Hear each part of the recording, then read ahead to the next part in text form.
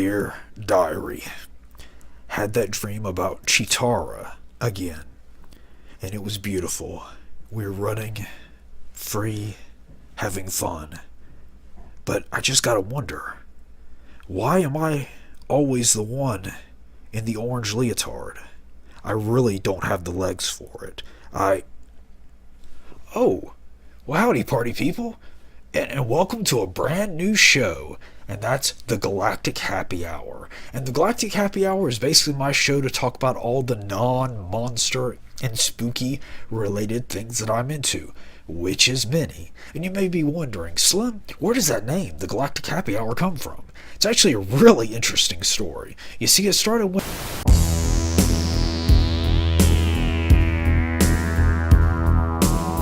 And really, I mean, it was a good time.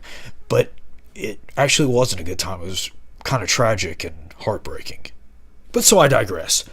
Okay, so this first episode of the Galactic Happy Hour, we're going to be talking about my favorite 80s cartoon reboots. And the reason I didn't actually call the title 80s cartoon reboots, because I didn't want folks thinking that it was all about new cartoons that are reboots of 80s cartoons. These are just reboots of 80s cartoon properties. Though I guess technically they could be, there was comics and stuff and completely useless information I did not need to give you there. Alright, let's get started. And number 5 on the list of my favorite 80s reboots, that would be the 2003 Teenage Mutant Ninja Turtles animated series. I, like most kids who grew up in the 80s, was super into Teenage Mutant Ninja Turtles. But I quickly saw that the cartoon wasn't necessarily the best representation of them. I actually very quickly got into the comics, both the Mirage comic and the Archie comic. And even though the Mirage comic is phenomenal, and looking back it would probably be my favorite now, I dug the Archie comic actually the best, because it kind of started where the cartoon started, with a slightly more serious tone, but just went to its own direction. And in a lot of places I wish the animated series had gone. A lot of cool, interesting characters in the comic, and I just think, took some of the characters in better directions in the comic. It was just more mature writing. We'll jump way, way ahead to 2003, and that is the new, well, not even now, wow, 2003, I can't believe it's been that long ago already, but the 2003 Teenage Mutant Ninja Turtles series. And this, to me, I think, right now, is the best Turtles animated series, maybe even the best adaptation, other than comics, that we've had so far. It's definitely the darkest, with the most mature writing. Well, I mean, it's not darker than the Mirage comic series. I mean, it's darker than the animated series, the one before and the ones that have come since, with the most mature writing. And it also has the best kind of sci-fi feel to it. It definitely takes it back to that Mirage comics roots, where you feel more like you're watching 80s sci-fi with, you know, your Fugitoid and your Triceratons and all that good stuff. I really can't say enough good things about this series. And obviously I wasn't alone, because it lasted for 7 seasons. And it led, and that culminated in the Turtles Forever special. And if you don't know what the Turtles Forever special was, it was this amazing made for TV animated film where the 2003 Turtles ended up meeting the 80s Turtles. And it was really, really good, but really funny, because the 2003 Turtles were so much darker. They're like, what is with these clowns? But then to make it even funnier, they end up meeting the black and white Mirage comic Turtles, and they think the 2003 Turtles are all kind of soft in comparison. Really good special. Oddly, when it aired uncut, yet the DVD release is for some reason cut. I haven't seen the DVD release to know what was cut out of it, but supposedly there's some stuff. But yeah, Turtles Forever, great way to not only end the 2003 series, but to just kind of just bring it all together. And as I was saying, it's more serious, but it does definitely still have some humor moments. And there's just some great little homages to different series. Like there's a Halloween episode with some pretty cool little Halloween costume references floating about. But yeah, 2003 Teenage Mutant Ninja Turtles. If you haven't seen it, try to track it down. I don't know. I know some of the later DVDs are very out of print and expensive. I actually lucked out and got the whole first season at Big Lots for like $5 a pop. I was split the two halves. Alright, next on the list, number 4. And that is the 2002 Masters of the Universe cartoon, or animated series. I know I've already talked about this one a bit on my, I think it was my Masters of the Universe figures list show. But I can't assume all of you have seen that episode, so I'm going to talk about it again. And if you did see that one, you have to forgive me. But so the 2002 Masters of the Universe series was again a reboot of the original He-Man series. But they, like with Turtles, they took it in a more serious direction. The writing is so much better and so much more detailed and involved. They fleshed out characters. Most of them got intricate backstories. Like we see why Skeletor looks the way Skeletor does. We find out he was a guy named Keldor who actually had a face and long, luxurious hair before his face got melted off. And he went to an evil guy. Don't want to spoil too much. Man-at-Arms. I don't know if in the original series he had a name, but his name's Duncan. He's a very cool character. And it was nice because though they updated the characters and gave them a little bit of style, it's not anything that's so far out left field. I mean, you know exactly who you're looking at. They're just slightly updated. And in most cases for the better. Like, as great as 80s He-Man was, the Prince Valiant hair had to go. And they got rid of that. And a cool thing, too, was because of budgetary restraints in the 80s, Prince Adam and He-Man looked exactly the same. His clothes were just different. How people didn't recognize him, beyond me. But in this one, when he's Prince Adam, he's actually a thin, younger, like teenager. And when he transforms, he gets all big and buff and turns into He-Man. And I really liked just the way it was going. Unfortunately, this one only lasted for 2 seasons before it got canceled. And what really upsets me is that the next season, Hordak was coming in to be the big bad. He was going to overthrow Skeletor, and it was going to be a whole thing, and it sounded awesome, but unfortunately they got canceled before they could. They did tease you with a little bit of the Horde, though. There was a flashback, which I don't want to give too much about that away, but it showed the Horde, and they looked awesome. So yeah, I highly recommend that one, and that one is still... last time I checked, fairly readily available on DVD and for cheap. So yeah, do check that out. Alrighty then, number 3 on the list, and that is Voltron, Legendary Defender, 2016, the Netflix series. I, again, like many kids who grew up in the 80s, was a big fan of Voltron. But Voltron, they didn't air the cartoon where I lived at all. It was a syndicated one. So the bulk of what I saw was, or knew about Voltron, was just from the toys. I know later Movie Gallery got a single VHS tape of the first several episodes, and I rented and watched that. So even though I had a great love of Voltron, huge love of Voltron, it wasn't based on the anime series so much, just so much the toys. Like I remember one time, and forgive me if I've told this story already, Transformers were the hot new thing. And they were the hot new gift for that Christmas. And I remember going with my family to Circus World Toys early in the morning, before the mall was even open, and standing in line in order to get a Transformer. So we waited in the line, rushed right in the doors, all Black Friday style, when they opened to pick out a Transformer. What did I pick out? A Voltron. Pretty sure it was a die-cast metal, not one that transformed or anything, just a die-cast metal figure of Voltron. Okay, so Legendary Defender, the Netflix series, which ran for eight impressive seasons, is a phenomenal series and a great take on the source material. I am the type, I do not like change just for the sake of change or to modernize or anything like that. But if change is organic and fits with the story and is done well, I'm all about it. And that was absolutely the case here. I never got the feeling that it was just something that shouldn't be there. But so Voltron Legendary Defender is great too, because it's very, I guess the word is, I forget, do they call it episodic when something has a continuing plot that goes on and on? Well, anyway, it's very much like that. Each season is like a big story arc, and you would think, oh, well, it's probably going to be Robo Beast of the Week. There's actually very few Robo Beast in it. And there's episodes where they don't even form Voltron. It's just the lives of the Paladins. And another great thing about the Voltron series was an injection of humor.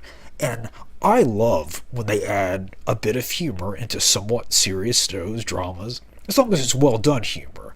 And the Voltron series very much did Homer. They very much did Homer well. They very much did humor well. Actually, some of my favorite episodes were the humorous ones. Like, there's this one where they go to a space mall. Fantastic. And the voice acting, the voice cast is phenomenal. Rhys Darby's from What We Do in the Shadows, he was one of the werewolves, is the princess's major domo type, and he is great. Tyler Labine from Tucker and Dale vs. Evil does the voice of Hunk, and he is really good too. So yeah, it's just a really good all-around series, and I recommend it. And on that, I think we better take a commercial break. 銀河連邦司令メトロイドを破壊せよ。地底深く広がる迷路要塞に宇宙征服の野望が渦巻く。行け宇宙戦士サミス。ファミリーコンピュータディスクカードにアクション&迷路ゲーム。メトロイド。やればやるほどディスクシステム。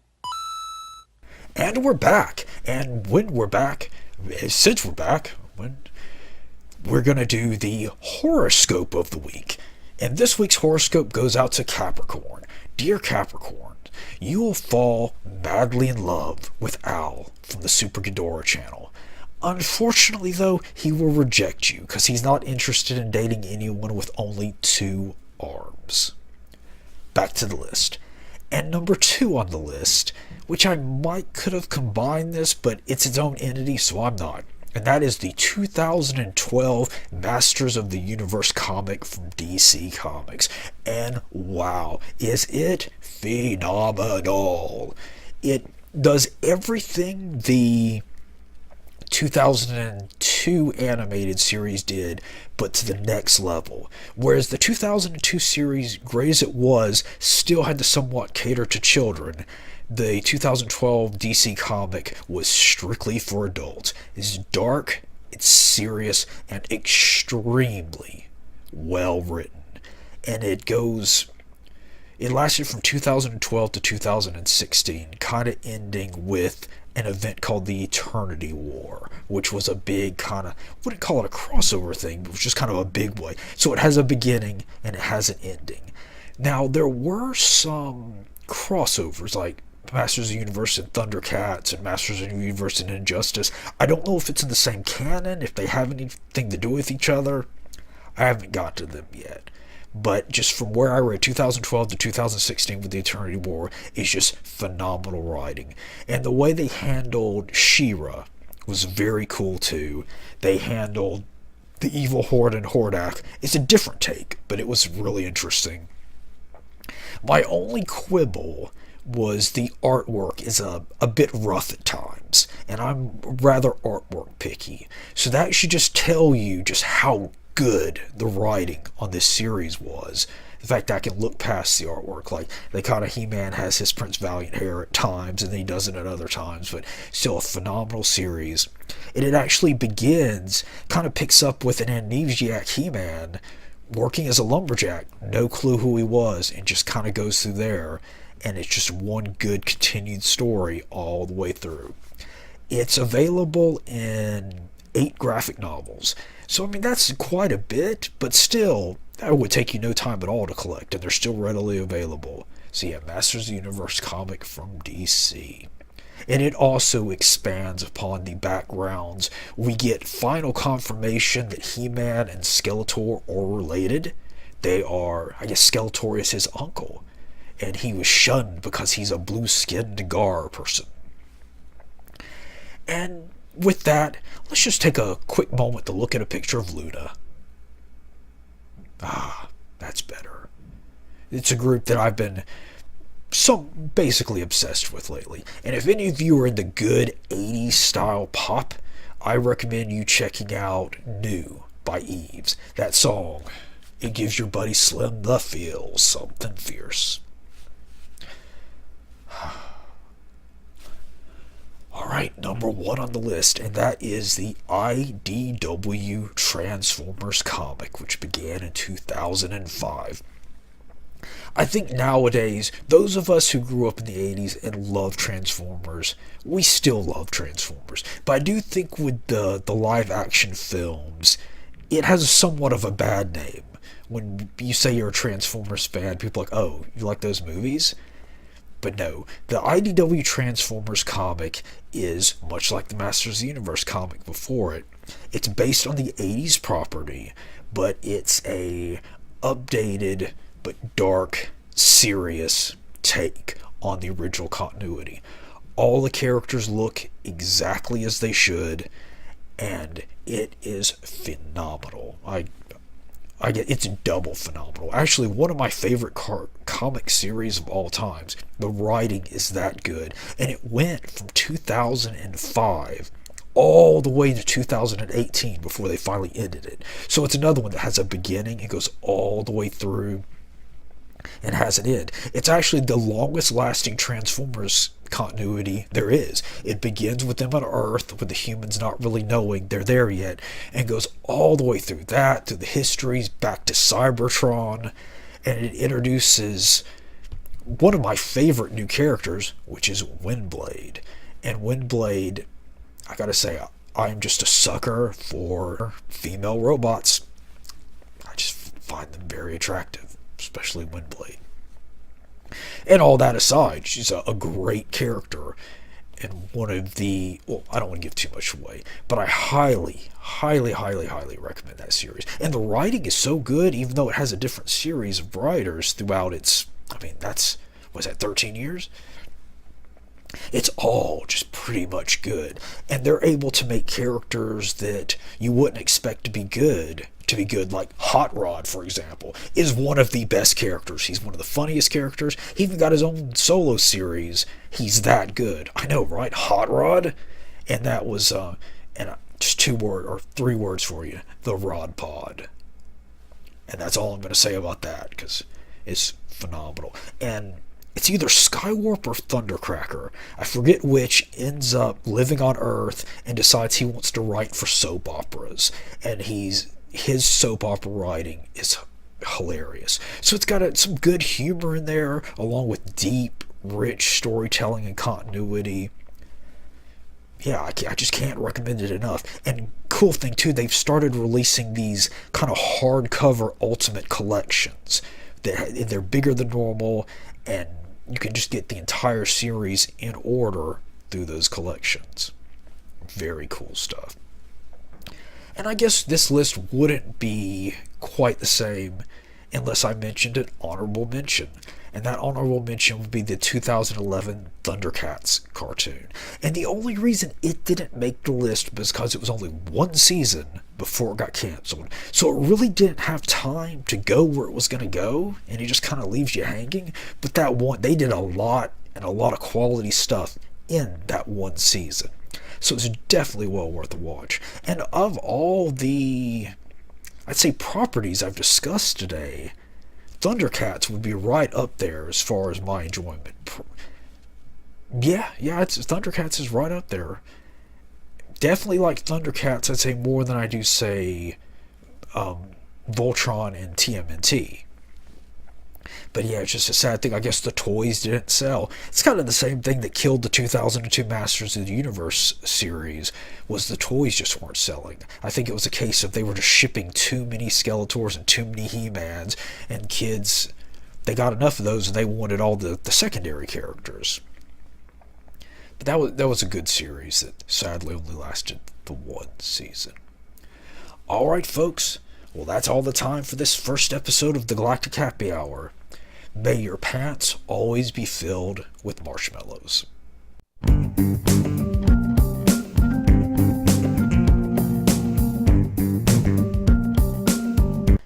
Yeah, just check out my new shirt. Taco Cat. Oh, Slim's got a Taco Cat shirt.